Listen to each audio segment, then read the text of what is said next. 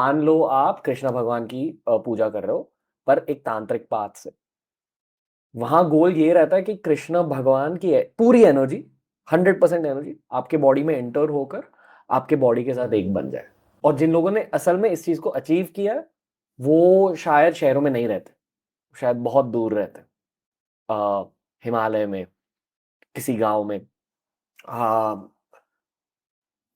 आवेशम बहुत टाइम के बाद किसी को मिल जाता है, पर आई फील कि आप जैसे लोगों को जो पब्लिकली भगवान की बातें समझा रहे हैं लोगों को, एक सॉर्ट ऑफ माइक्रो आवेशम मिल जाता है स्टेज पर।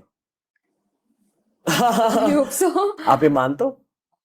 सी तो अब ये जब मैं फॉर एग्जांपल आप मैं लास्ट टाइम मुझे तंत्र के बारे में नॉलेज नहीं है, पर जब हम लोग इसको डिवोशन में लाते हैं तो एक कथा आती है उद्धव चरित्र श्रीमद् भागवत में, कि उद्धव जी भगवान के बेस्ट फ्रेंड थे कृष्ण जी के।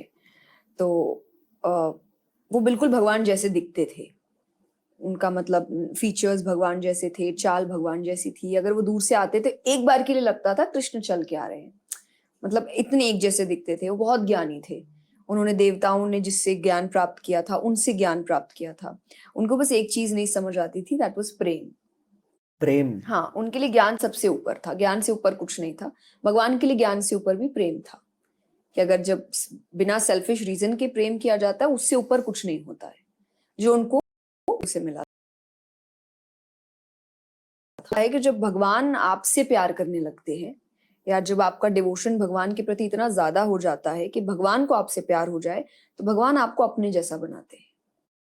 यानी अपने आप आपके स्पिरिचुअल ग्रोथ में वो ऐसी ऐसी क्वालिटीज आपके अंदर डालते हैं जो उनमें है, जो कलाएं उनमें है, चाहे वो डिवोशन है, फेथ है, पावर है, आर्ट है, तो वो ज्ञान है, वो सब कुछ आप में डालते। तो ये डिवोशन में बोला जाता है। आपकी भक्ति जितनी बढ़ती है, भगवान को उतना आपसे प्यार होगा, फिर भगवान आपको अपने जैसा बना देंगे। भक्ति को बढ़ाते कैसे?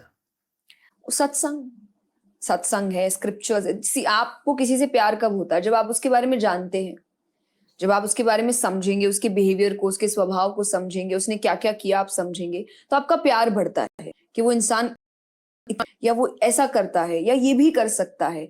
तो जब आप भगवान के बारे में पढ़ते हैं, स्क्रिप्चर्स क्या है, भगवान के बारे में जानना कि उन्होंने क्या क्या किया, तो जब आप उनके बारे में जानते हैं तो आपका प्यार बढ़ता है।